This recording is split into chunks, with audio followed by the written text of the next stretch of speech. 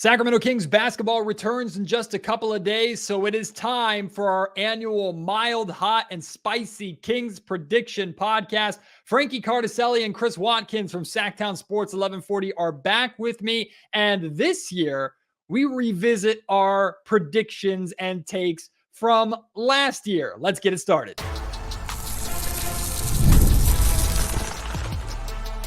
You are Locked On Kings, your daily Sacramento Kings podcast, part of the Locked On Podcast Network, your team every day. And now, ladies and gentlemen, it is that time for another episode of Locked On Kings. Hello and welcome into Locked On Kings, your podcast hub for Sacramento Kings coverage all season long. Today's episode is brought to you by Gametime. Download the Gametime app, create an account, and use code LOCKEDONNBA for $20 off of your first purchase. My name is Matt George. I have the privilege of being your host here. I'm a Sacramento sports anchor and reporter for ABC 10 News. And this podcast has turned into a little bit of an annual tradition here on Locked On Kings, having Chris and Frankie from SacTown Sports 1140 on to join me. Mild, hot, and spicy takes or predictions for this Kings season, but we're not the only ones that are going to put ourselves on the line here a little bit. We want to see your mild, hot, and spicy predictions. So you can send them to us on Twitter at MattGeorgeSack is how you can reach me on Twitter. You can email them to me, MattGeorgeSports@gmail.com. Or if you're feeling brave, put them for the world to see in the comment section down below. If you're watching on YouTube, it'd be fun to see all the predictions down there, to react to them and have different people talk about them. But I really enjoy doing this podcast every single year. It seems to be a lot of fun. So I hope you enjoy mild, hot, and spicy predictions for the Sacramento Kings with Frankie and Chris. It's been called the greatest tradition in podcasting. The annual mild, hot, and spicy take podcast heading into a Sacramento Kings season is back. Frankie Cartoscelli and Chris Watkins, my good friends from SacTown Sports 1140, joining me here. Guys, it was almost a year ago today, or it was a year ago tomorrow, that we did this podcast last year. And Frankie, I don't know if you remember, but at the very beginning of the podcast, you asked, hey, what were my takes the year before? So I have compiled our mild, hot, and spicy takes from last year. We will revisit them. This is going to be bad. It's going to be horrible. I have had a sneak preview. Some are actually, I'll say this, Chris, you nailed a couple, like almost like to the dot. So Chris is going to have to carry this one here today. Frankie, you and I, Frankie, you have one in there that when you share it, you're going to know I'm going to have to explain a little bit, and I'll give an update on how I feel about it. But I remember the one I gave, and it was a total spur of the moment, trying to like be spicy enough. This year, let me just go ahead and put out there, my takes are a lot more, I feel like, to the definition of each word of mild, hot, spicy. Oh, okay. Last year, I think I went nuclear with my take last year, and it was just completely it like bombed. It just completely bombed. He's back to catch up, Chris. He's going back to his catch up. I'm really excited because I don't remember what Frankie said. So I'm very excited to hear horrible. Well, we will revisit all of them. We're going to start. So for those who don't know how this podcast works, if you're new to it, essentially Chris, Frankie, and I have each compiled a mild, a hot, and a spicy take about the Sacramento Kings season this year. And we're going to start with the mild. So before we start giving our mild takes, here were our mild takes last year. My mild take. Keegan Murray is going to be the number 2 option on the Sacramento Kings this year. I think he's going to be Domantas Sabonis is going to be more of a facilitator, I think. I don't think we're going to see Domantas have those 20 points. I think we'll see his scoring kind of decrease. I think Keegan Murray is going to be the guy. I'm expecting over 15.5 points per game for Keegan Murray this year. Nailed it. I'll go with the player-oriented one. I'm going to go with Davion Mitchell. This is also building on from what we've seen in this preseason. Davion Mitchell is going to shoot 36% from 3 this upcoming season. Chris got that on the dot. He shot 36.1%. My extra mild is Jordy Fernandez and Jay Triano will both be gone after this season, and Luke Laux and Doug Christie will step into place. My mild take is that the Sacramento Kings are going to have a top 5 home record in the NBA this season. I think to get to where they want to go, they have to be near unbeatable at home. Not even close there. That one was not even close. But we we kind of got there. Chris nailed it. Frankie, that was pretty good for yours with Keegan was over 15 points per game. That one was okay. That was actually not as bad as I thought it was going to be. So I was the clown of the mild section. So to redeem myself here with my mild take, I'll start this off. And I think this one's really pretty mild. And this is something that has been done before by the Sacramento Kings, but they were terrible at the time. The Kings will have 3 20-point per game scorers this year. Domantas Sabonis, DeMar DeRozan, and De'Aaron Fox, I think, will all average 20 points or more per game. I think Sabonis and DeRozan might barely be there, like 20.1 or 20.2. I'm thinking Fox is going to be 27, 28 plus. I mean, certainly would be ideal. I mean, I think that Sabonis, I thought he never had scored 20 in a season, but I think he did 3 years ago. I don't have his numbers in front of me right now, but I think that it wouldn't be his first 20-point per game season, if I'm not mistaken. He did it 1 year in his All-Star season, his second All-Star season, the year before he was traded to Sacramento, 2020-21, 20.3 points per game in 62 games. And he was 19 his last 2 years. Shortened. Yeah, well, I like it, Matt. No, I like it. Is it me now? Is it my turn for mild?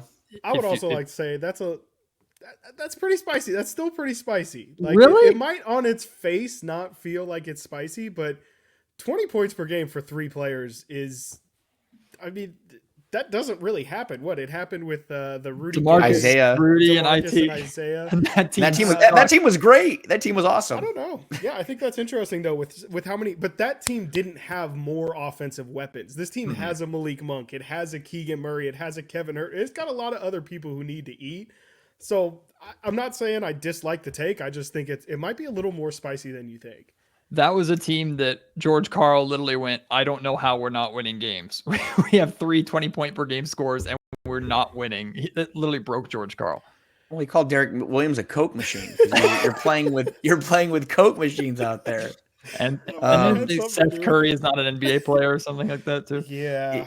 Yeah. He's going to be in this league for a long time. What a time. Yeah. What a time. Yeah. Fun time. I mean, you're starting off kind of, I think, like Chris said, my take is I started like with, I'm crawling here. I'm not even walking, definitely not sprinting yet. So I'm my take for mild.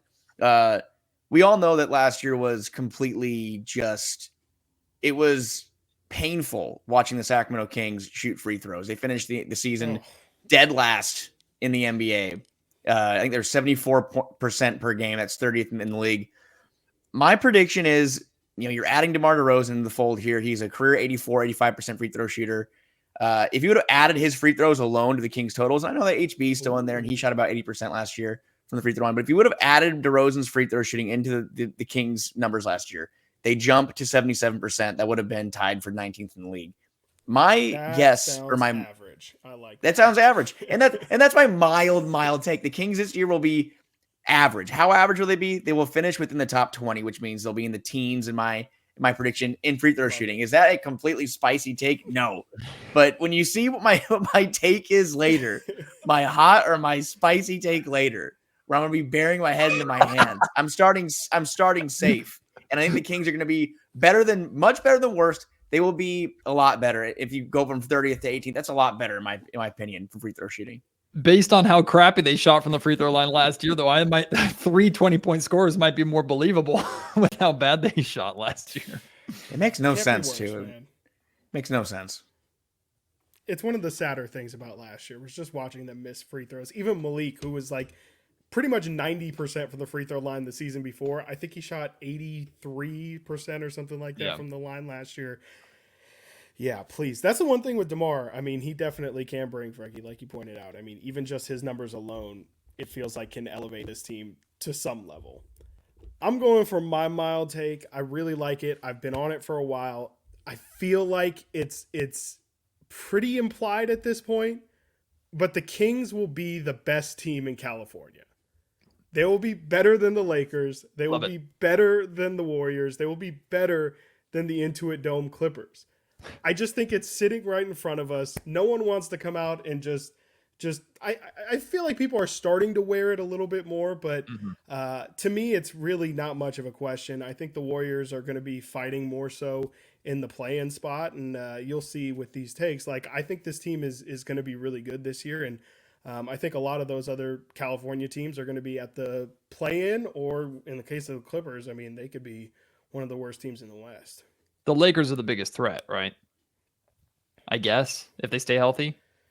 Yeah, I mean, I'm trying to still give proper respect to the Warriors. I really don't like what the Warriors have built this season, but at the same time, I do acknowledge that there's a chance that they could realistically be a 6-7 seed. You're not buying the Buddy Hield movement in the Bay? No. Replacing Klay Thompson with Buddy Buckets? Hey, man, he cooked the Kings in preseason. He was absolutely lighting the Kings up in preseason.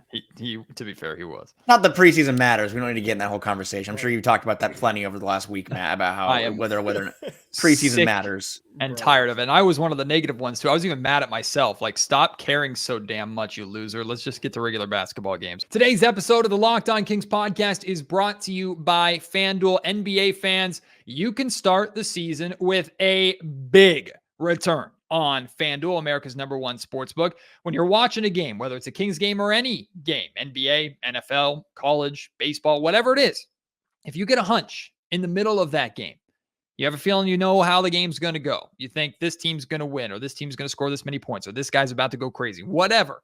You can check out the latest stats, view live play-by-play, and so much more on the same page that you place your bets on FanDuel. So all the information is right there in front of you. You're watching the game, you have your IQ, and now you have the numbers all in the same place for you to make the best decisions with your money. And you don't have to put much on the line for FanDuel to really start to pay off for you.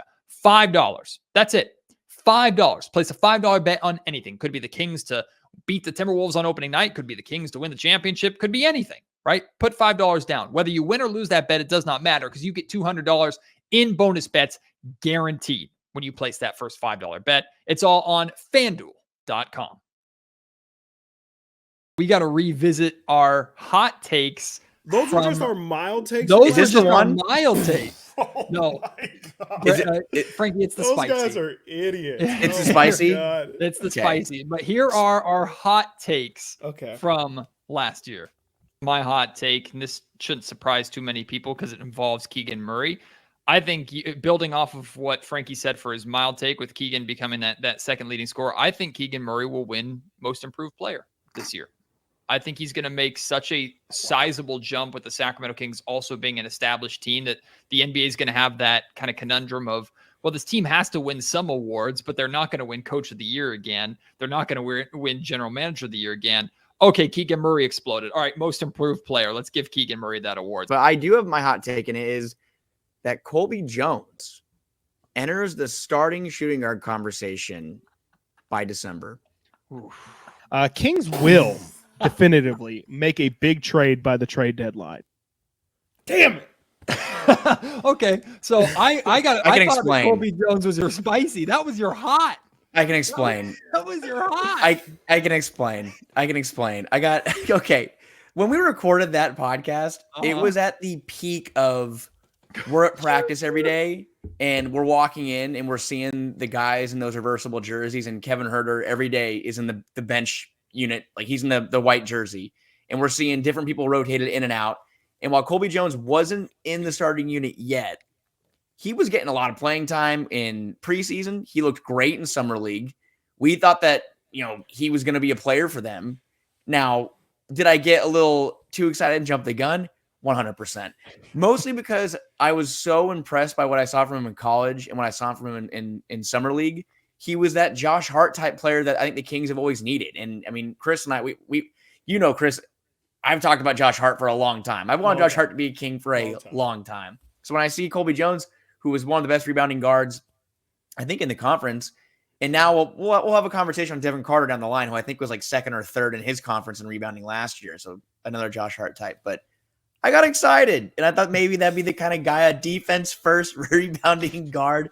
And Colby is, I hope he turns around, but he's looked pretty lost in preseason this year and definitely in summer league. But that was a huge whiff.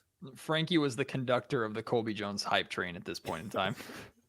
I still believe. And it fell off the Formally rails. announced, I think Isaac Jones will now compete for the power forward spot. No, I'm kidding. The starting Keegan to the bench.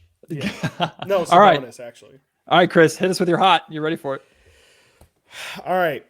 I don't know how you guys feel about this as my hot, but Kings will win 50 plus games and will be a top 3 seed. Oh. I wanted to have a top 4 seed, but that's not what this podcast is for. We're going hot. I love it. 50 games and a top 3 seed. It feels like, again, I'm really high on this team. I do think the West is going to be incredibly competitive. In my opinion, I think it's OKC in a tier of their own. And then I really am not super high on Dallas. Not that I don't think they're going to make the playoffs or not that they're a threat or anything like that, but just I feel like they got hot last year, and I'd like to see it over 82 games. But yeah, I just feel like it's really OKC, and then everybody else is kind of scrapping for honestly the rest of the Western Conference. The 2 through 10 seeds, we've seen it before. It can be separated by 4 or 5 games. So I just think that this team is really built for injuries to withstand. Feel like I've been saying it for a while, but the fact that DeMar is now here, it helps if De'Aaron Fox has to miss 10 games. It's still Sabonis and DeRozan. If Sabonis has to miss 10 games, it felt like last year that would just be the end of the season. This year, maybe there's a world where Fox and DeRozan can put it together, and that's not mentioning Malik Monk or Keegan Murray or other guys who can help keep the ship afloat. I just feel like this team is really built to withstand the regular season, and we'll see about the postseason. So follow-up question kind of for both of you. There were 5 teams that won 50 games in the West last season. 5 teams, which is crazy. I know. That's absurd. Nuts. The Dallas Mavericks were the worst of the 5 with 50 wins. I did not know that fact before I said top 3 seed. The Clippers had 51, Minnesota 56, and then both Denver and OKC had 57. So how many 50-win teams are we expecting this year? Or are we expecting more like high 40s, but there's just a boatload more of them? I would say we'll probably see like a similar mix of the 50s. I'd say I'm not to like, sit on the fence and whatever. I think we'll see a similar mix, and it'll just be because it's good. Yeah, because some people will trade places. Like I think that right now I don't believe the Clippers are going to be a 50-win team, but I could see the Kings or even like a dark horse team like the Grizzlies, who are going to be healthy this year, or at least I think they're healthy, coming back and trying to reinsert themselves in the mix in the Western Conference. But from a talent perspective, I agree with Chris that this team has the talent to win 50 games. I just worry about if the West stays healthy as in its whole, which I think is not possible. I think it'll be a lot harder, but there's going to be those teams, and you gotta knock on wood and hope it's not the Kings aren't one of them, that are going to deal with those season altering injuries and those teams that you're going to expect to be in the mix that aren't. And that happens every year. And then there are teams that are in the mix that aren't. So which team will the Kings be this year? Like Chris said, if the Kings were to lose Fox or Sabonis for any time in the past 2 seasons, it's a wrap. And adding DeRozan, I think that can't be understated enough, how adding a 20-plus point per game scorer, a guy who can close games, be a go-to option in crunch time, a great passer, a distributor, a veteran who knows the game in and out, that to me is a difference maker that not a lot of teams added in the offseason. I mean, you look at Philadelphia adding Paul George, and there's moves like that were made around the league too, but adding DeRozan to me is up there in one of those high-tier moves. So I agree. I think that the Kings are going to be flirting around there. I think I was talking to someone the other day. I think my prediction was 48 wins, but we saw last year the Kings won, 46, I think, and they lost, I think, 10, 11, 12 games in just horrific fashion, including, I think, 5 or 6. I was looking at the free throw aspect of it. They lost at least 4 or 5 games because of free throw shooting alone. So definitely seems like it could be attainable. I have this chaotic idea of how the Western Conference is going to look in my brain, where there's like 4 or 5 teams, or like at least 3 teams that have the exact same win percentage, and the tiebreakers are just absurd, right? And like I have this, I would not be surprised at all if we have, like you said, like OKC, Minnesota, in those top 2 spots, or whoever those top 2 are. And then 3, 4, 5, 6, and 7 might be separated by 1, 2, or 3 games total, because everybody's just dead even in tiebreaker battling between each other, which is why I think the games, West on West games this season, especially for the Kings, are going to be so unbelievably important, because I feel like tiebreakers are going to play more of an impact than ever before in the NBA. And even like you said, Chris, because I think 50 wins is the bar. That's the threshold. Even 50 wins might get you in a 2 or 3-way tie with 2 other teams for just a top 4 seed, which is absurd that's where we're at. It's crazy, man. Yeah, I mean, I really do feel confident that they'll be able to withstand it, but I kind of laughed when Frankie was talking because I was thinking about it, and the Kings have already kind of gone through it. Like, they've already kind of started with the injuries. I mean, we kind of saw it during the preseason. The first preseason game, the Kings' entire second unit was out. Jordan McLaughlin was out. Kevin Herter was out. Trey Lyles was out. Orlando Robinson was out. It was ridiculous. I mean, we've already seen it happen, so I guess, as I laid out all the best players on the team that are going to be able to keep the boat afloat, like, there's a chance that maybe I'm not concerned enough about the bottom end staying healthy too. All right, Frank, you want to hit us with your hot? Sure. And this is getting a little hotter. Okay. And this is It barring health. It can't be worse than last year. No, I don't think so. This is barring health. I think that the addition of DeRozan is going to mean a lot more 3-point spot up like opportunities for Keegan Murray. I think Keegan Murray, not that he's going to be his rookie year, he really was pretty much just like a dribble handoff spot up option. I think Keegan still can put his head down and create, but I think that we're going to see a lot more of Fox and Sabonis and DeRozan kind of running the show on offense, which means we will see a lot more off-ball action from players like Kevin Herter when healthy, players like Keegan Murray. So I'm focusing more on Keegan Murray here. My prediction, Keegan Murray makes 250 plus 3-pointers this year. That sounds like a lot. Now let me explain. Last year, Keegan shot 35% from 3. That was much worse than his rookie year. His rookie year, he was about 183 made 3-pointers, around 40%. Wasn't getting a high amount of volume his rookie year, it's a rookie year. Last year, 4 players made 253 pointers. Klay, Luka, Steph Curry, and Dante DiVincenzo, Kings legend. I think this Kings offense is going to return back to levels that we saw in that 2022-23 area. And I think Keegan, we saw last year, we saw him have an uptick in aggression. I think that uptick in aggression might be a little less on self-creation and kind of mid-range or around the basket. I think we're going to see him a lot more. He'll have his post-up opportunities, which I think Mike Brown's kind of hinted at. We'll see a little more post-ups from Keegan, but I think we're going to see DeMar DeRozan, De'Aaron Fox, Domantas Sabonis find him on the perimeter a lot more. And 250 made threes, it sounds like a lot because it is a lot, but that's the kind of shooter that I think he is. And we might sit here in a year and he might have made 190 or 210. That's fine. I'm happy to be wrong about it, but I feel like that's the kind of shooter that he is, because looking at those lists of names, Klay, Luka, Dante, Steph, I mean, Luka purely is a guy who just, he chucks. We know he's not afraid to stop shooting the ball.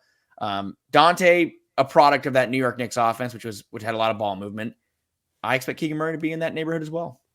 I should know this too. Do you remember what was the record that he broke his rookie year? How many threes did he hit his rookie year?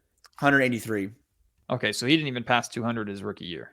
No, but his volume, I think he was around. His volume wasn't the best. It wasn't the best because, I mean, when you're a rookie, you're not going to come in if you're not a number one option and just start 100%. Demanding shots. But I think that we'll see. His rookie season, he hit 206. Oh, 206? Okay. Yes, he hit 206. I wrote that. Thank goodness I wrote that down wrong. I think I was looking at a different. I think I was looking at last season. That's right. I have it actually written here underneath that. It's 206. But I like it. I like that 250 number. I like that number. Yeah. See, 206 makes it sound a little bit better, but I read the wrong. Thank you, Chris, for the correction. Yeah. I read the wrong one off. Looked it up. But yeah, I'm sticking with it. No, I was going to say, I mean, my only commentary was I agree with, like you said, I mean, I agree with the spirit of what you're saying. Like, even if it's not 250, like, I definitely see how, specifically with DeMar DeRozan, he's going to impact Keegan Murray specifically. Like, how many times last year did we hear Mike Brown talk about paint touches? And the reason why paint touches are so important is because it collapses the defense, especially when you have a guy like DeMar DeRozan, who we all know loves to pump fake. And so if DeMar is touching the paint, he's pump faking, guys are collapsing, that means that the perimeter is going to be more open than ever. It makes sense, everything you're saying. And yeah, I mean, whatever. The number wasn't exact, but I definitely think, like I said, the spirit of what you're saying is absolutely there. I can see Keegan, and honestly, I mean, it's a little bit of preview of my super spicy take. I definitely think Keegan is in really good hands with having DeMar DeRozan on the court. Well, I'll sneak in my hot take really, really quickly. And guys, I'm all about revenge. My hot take, and this actually might be pretty spicy, truth be told. The Sacramento Kings will sweep the New Orleans Pelicans this season. 3-0. Why do you say these revenge? 3-0. They get them 3 times in like a week and a half. It's like a week too. Yeah. Beat the crap out of them. Revenge. what is going to be spicier than that? Because I truly feel like that is impossible. I think anyone that's watched the Kings will feel like that is impossible. Hey, I didn't say they wouldn't be hurt. I didn't say they wouldn't be injured. I didn't say Zion wouldn't be out. They're just going, they won't sweep them. My mom is picking her partial season ticket plan, and she literally like asked me, I should probably avoid the Pelicans games, right? I said, amazing. You probably should. Your mom knows ball. Your mom knows ball. Oh my God.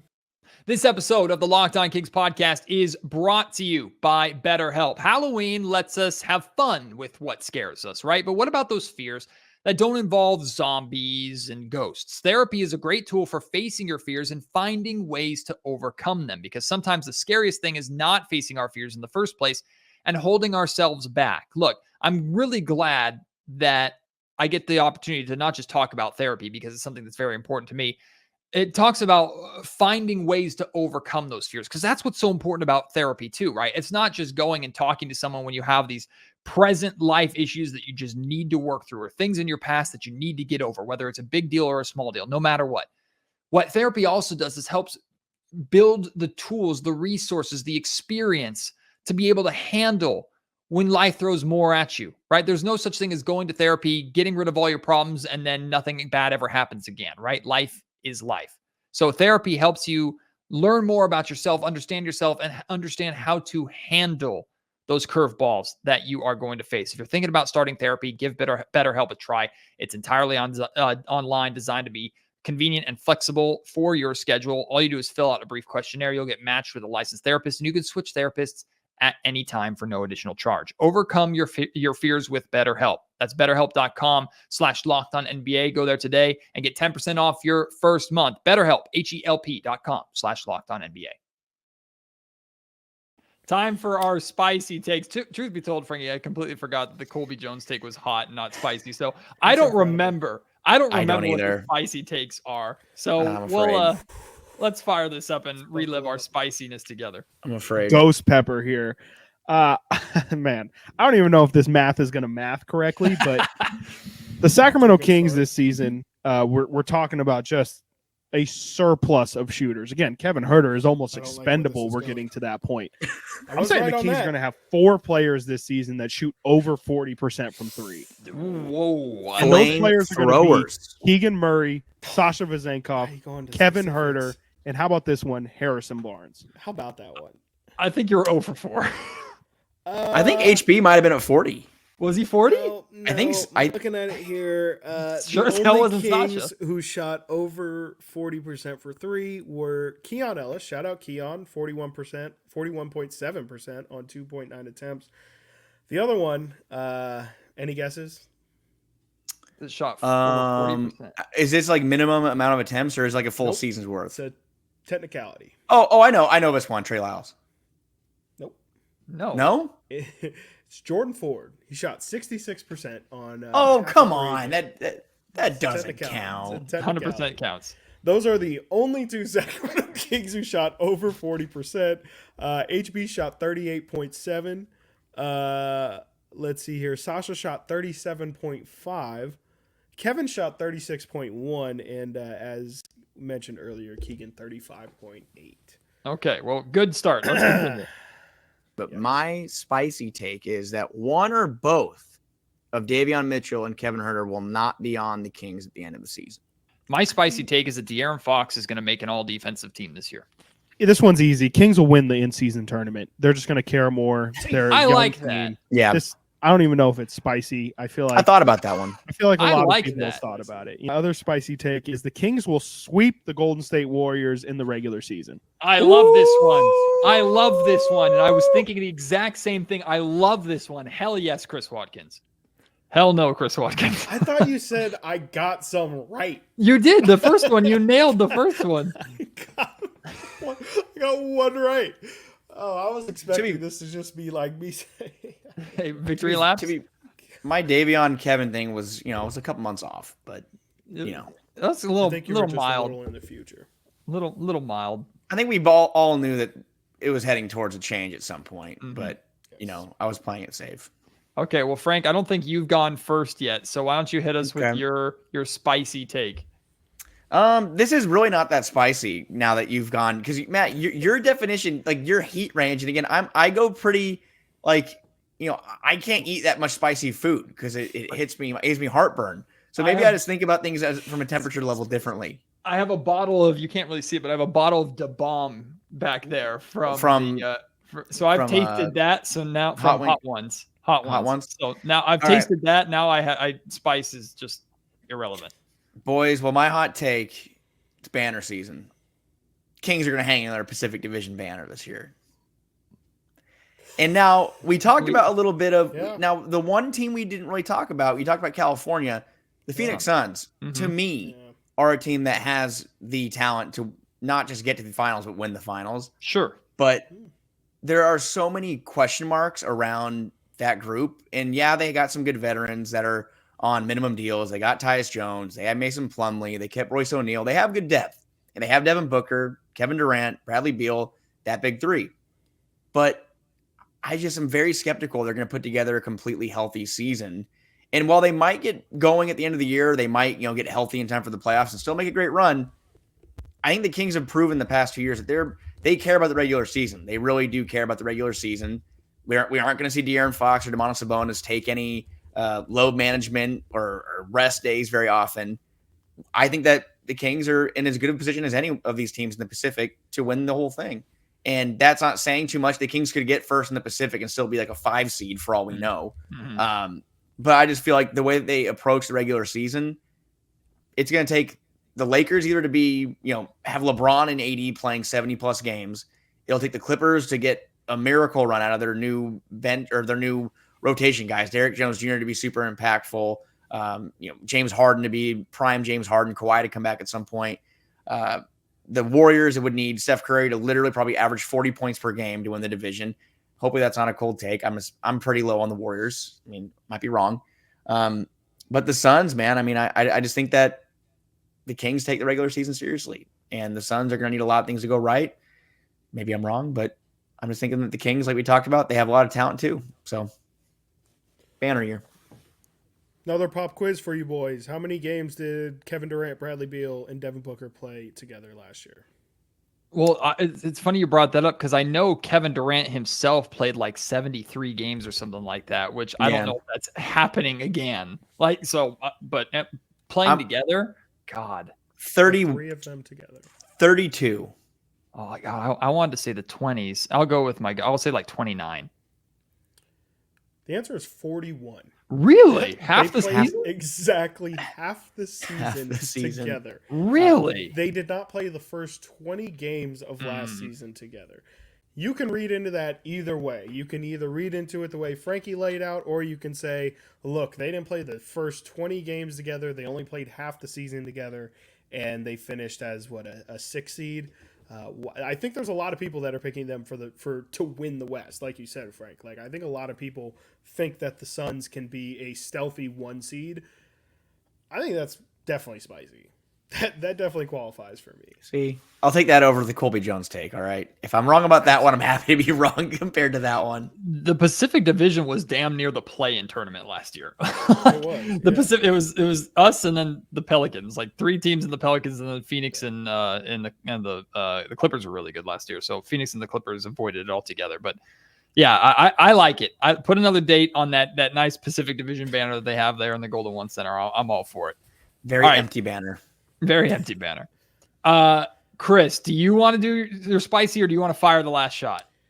It's your show. You fire the last shot. Okay. Hit us with your spicy then. This one ties in a little bit to what Frankie was talking about earlier.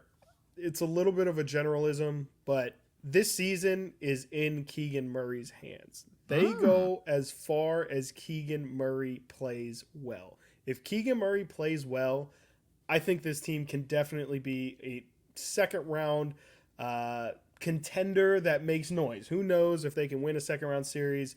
Who they match up with plays a huge factor into that. But I think if Keegan Murray continues to ascend on his development and they add DeMar DeRozan, like you said, Matt, if he can be all 3 of them can be near 20 points per game, and you have Keegan Murray taking another leap, to use Frankie's old take, like 15 to maybe 17 points this season, and he shoots at 40% and hits 250 threes, like Frankie said. That's a lot, but yeah. It's a lot. It's definitely He's second guessing already. No. Wait, Chris. So Second guessing already. So is Keegan the new, like, because we always talk about it. It's one of our favorite quotes over the past couple of years has been, when Harrison Barnes played well, the Kings would play well. Like, the numbers would reflect that. And I think Keegan last year, I believe the last time I put up a stat, I think there were 28 and 11 in his career, or 29 and 11 in his career when he scores 20 or more. So I guess he kind of is that new guy to keep an eye on, maybe to, I kind of think that's a good thing. That's a good pull, in my opinion. I like it. Appreciate it. And I didn't even think the HB comp. I don't want to ever put Keegan and HB in the same comparison, but I think it kind of does fit what you said. Well, just meaning that he was now the fourth option. And I think the HB's importance was he was that fourth-ish option. He was if Keegan's having a good game, the odds are that one or two or three of Fox, Sabonis, and DeRozan, or Monk in that case, are carrying the offense. So if we see Keegan score 18 points on 4 of 6 from 3, and he's rebounding the basketball and playing defense, a lot of good things are going to happen for the Kings on every night. Here's a prediction that we can all put on the spot. Is Keegan getting another 40 bomb this year? Was that a one-hit wonder, or is he getting another 40 bomb? Oh, 40's a lot. It is a lot. I think Fox will get 50.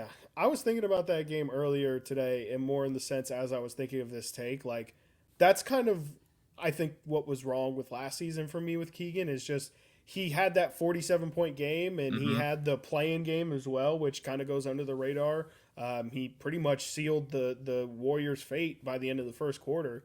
But I just feel like, you didn't have a lot of those massive impact Keegan Murray games, and I feel like I want to feel him consistently this year. Yeah, having like 3 30-point games would be way better than having just that 140 and then a bunch of 20s. So 100%. I think let's go for those 3 30-point games that Keegan gets for the Kings this season. All right, I'll end us with a bang here. My spicy take. Going all in. There will be a new multi-time All-Star on the Kings after the trade deadline. The Kings will go all in at the trade deadline. I can't tell you who they're going to trade, whether it's a boatload of picks, Kevin Huerter, maybe even Keegan Murray's name floated out there. Not that I want that at all. But there will be a new multi-time All-Star on the Kings after the trade deadline. The Kings will be right in the hunt, and they go all in. That's my spicy. I'll say that I think that should happen. I think that they have the assets and that they have a clock that's ticking now with DeMar DeRozan. He's on a 2-year deal, partially guaranteed third year. De'Aaron Fox this year and next year before he becomes a free agent. Domantas Sabonis, he's a big that bruises around in the paint, and like he probably, we've seen bigs in the NBA slow down after they turn 30. You have to want to take advantage of his prime here. You probably should maximize this window and make a move like that. But we've seen the Kings, they move pretty slow in that regard sometimes. I think the DeRozan move was the first real addition to this roster that they made in 2+ years. But, Matt, I think the urgency could hopefully prove you right. That's crazy. That's wild. Chris is not on board.